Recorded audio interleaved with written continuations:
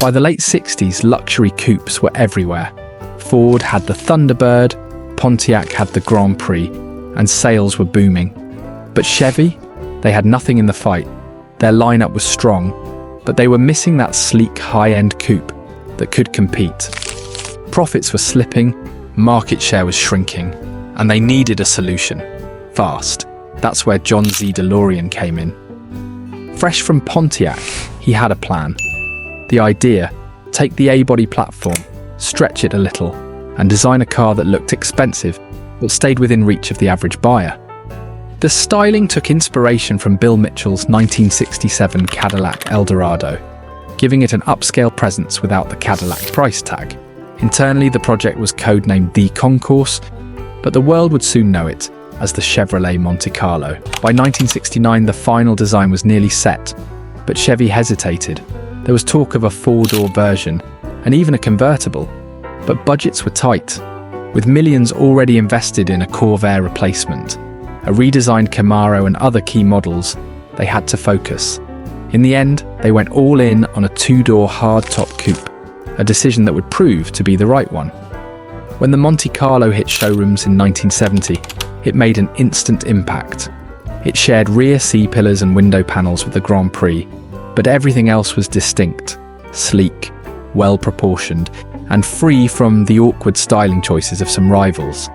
Chevy wanted it to feel premium, so they minimized badging, making sure it looked more high-end than its price suggested. The gamble paid off. Sales took off, and by 1972, the Monte Carlo had become a huge profit leader for Chevrolet. What started as a risky, last-minute decision quickly turned into one of GM's biggest success stories.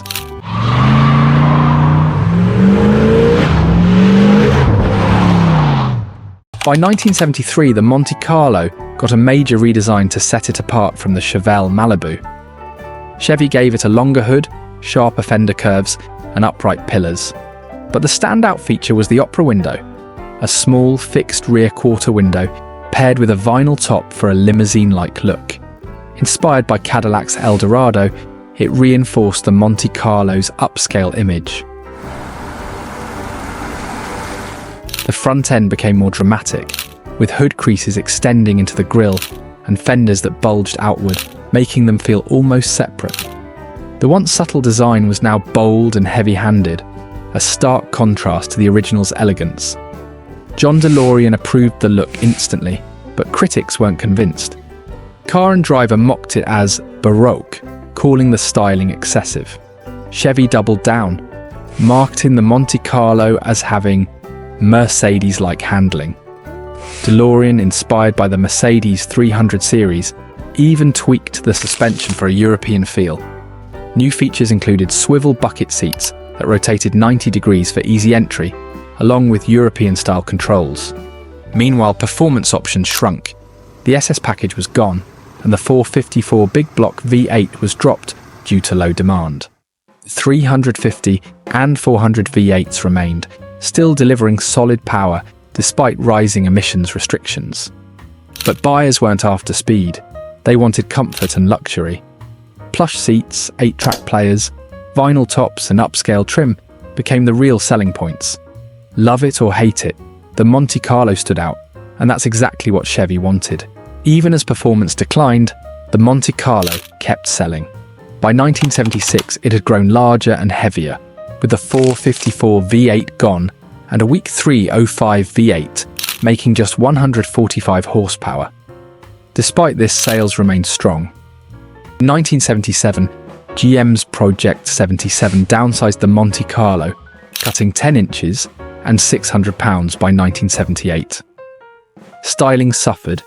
Exaggerated fender curves, vertical taillights, and a Cadillac-style rear window looked awkward on the smaller frame. A V6 debuted, and the base V8 made just 125 horsepower, but fuel efficiency mattered more than power. By 1981, the fourth-gen Monte Carlo refined the design, blending its classic styling more smoothly. It looked longer, but was actually shorter, marking a return to balance in Chevy's luxury coupe lineup.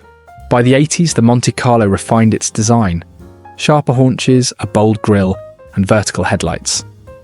Engines ranged from a 229 V6 to a rare turbocharged 231 V6 and 305 V8. In 1983, the Monte Carlo SS returned, bringing back performance for the first time in a decade. It quickly became the top choice, boosted by NASCAR success and the rare Aero coupe. But by 1988, changing trends and declining demand ended its run. Chevy replaced it with the Lumina, but its bland styling and front-wheel drive didn't live up to the name. In 1995, the Monte Carlo name returned, but it lacked its original spirit.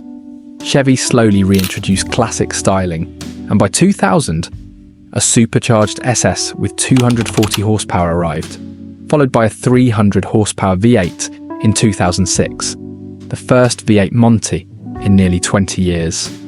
Ironically, the V8 comeback marked the end.